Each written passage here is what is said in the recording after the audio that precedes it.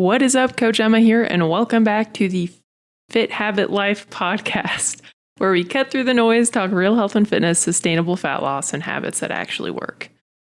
And Happy New Year! It is officially 2026. We made it, people.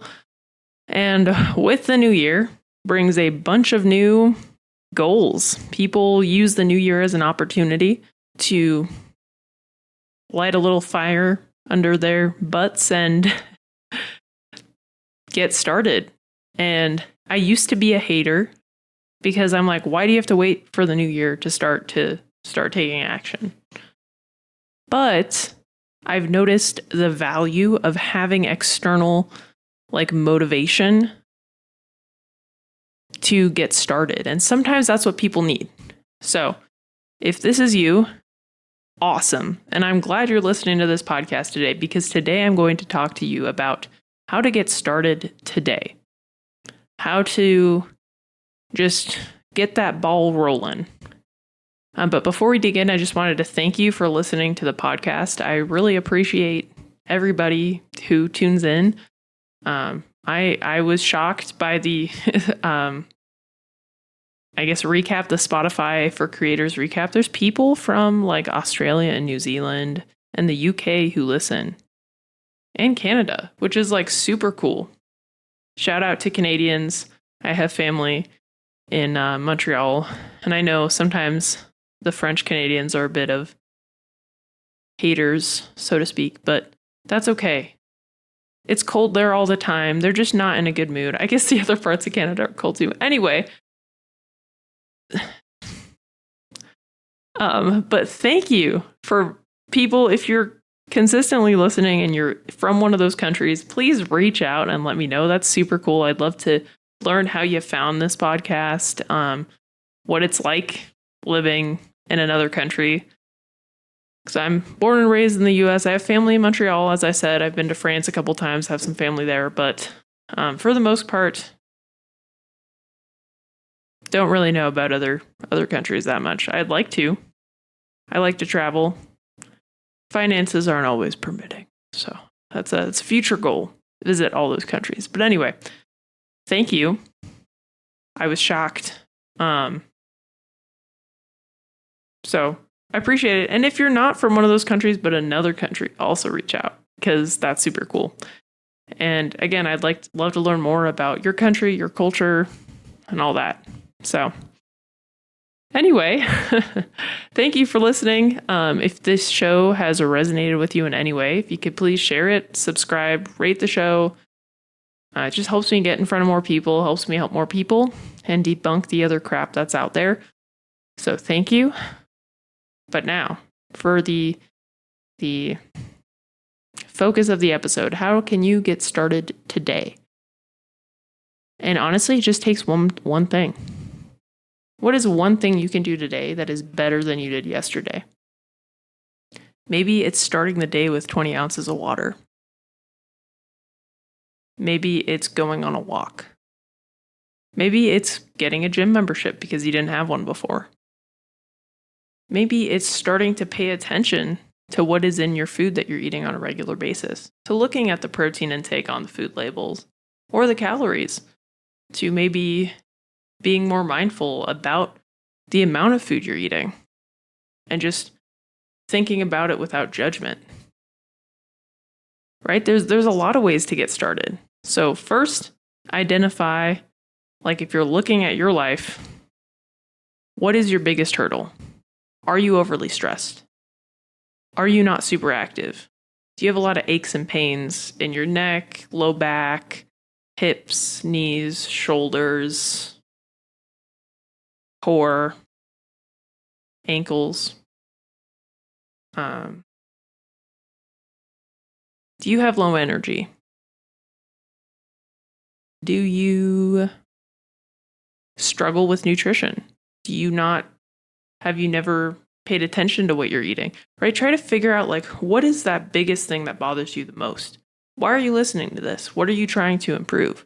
And what is the biggest hurdle that you've noticed right now?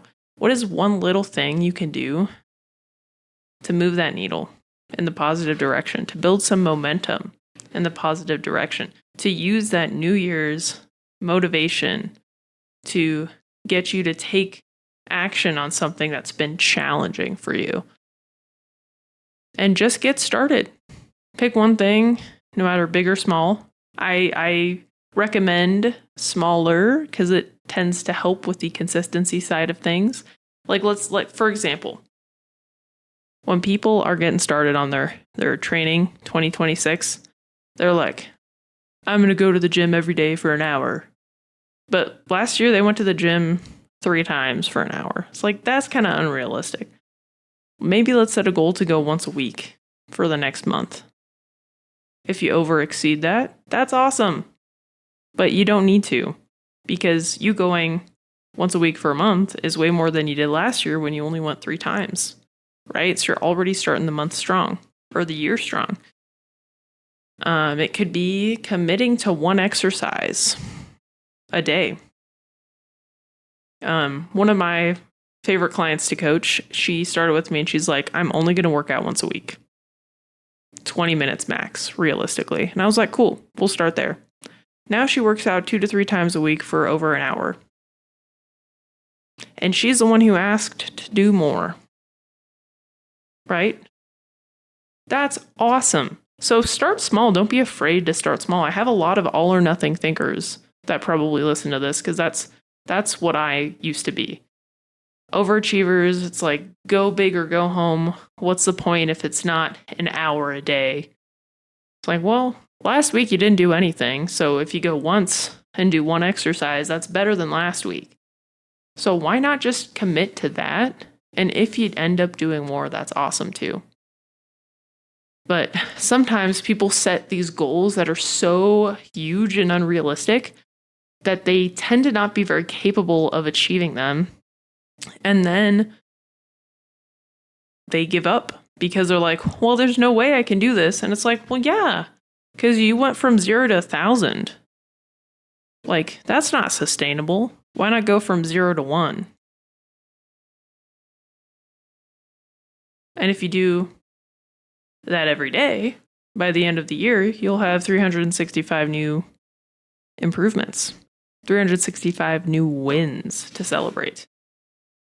So, pick something, no matter big or small.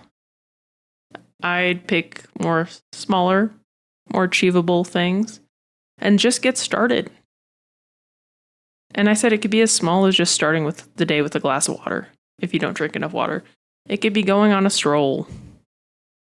It could be buying a gym membership. It could be paying attention to the food labels. It doesn't have to be this huge overhaul of your life. Right? Maybe it's just parking the car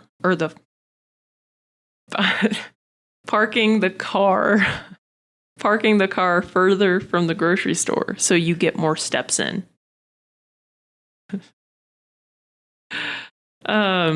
Maybe it's taking the stairs instead of the elevator or escalator.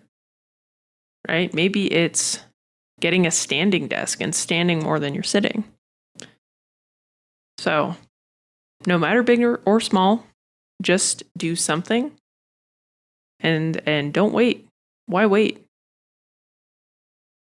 Don't procrastinate. Life can change drastically, so you might as well start taking action. And another thing I like to remind people, which is it's kind of sad to be honest, is if you're not actively trying to improve your health, you're actively getting worse every day. Because if you're continuing those poor habits that got you into poor health in the first place, or that are detracting from your goals, you staying the same is taking you further away from those goals. So, anyway, hope this episode was helpful. I wish I ended it on a more positive note. Well, I will. You know what? It's 2026. Let that light a little fire under your butt to get started. Don't wait. Do one thing better today than you did yesterday. Start taking action on it. And if you need some help or extra guidance with that, that's my job. I love to help people improve their health and fitness. That's why I left a stable career to do this, to coach full time. So if you need any guidance with that, you can book a discovery call below and we can chat and get started.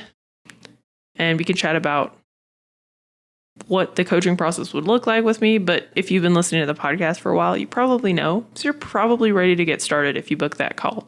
So let's do it. Let's get started today.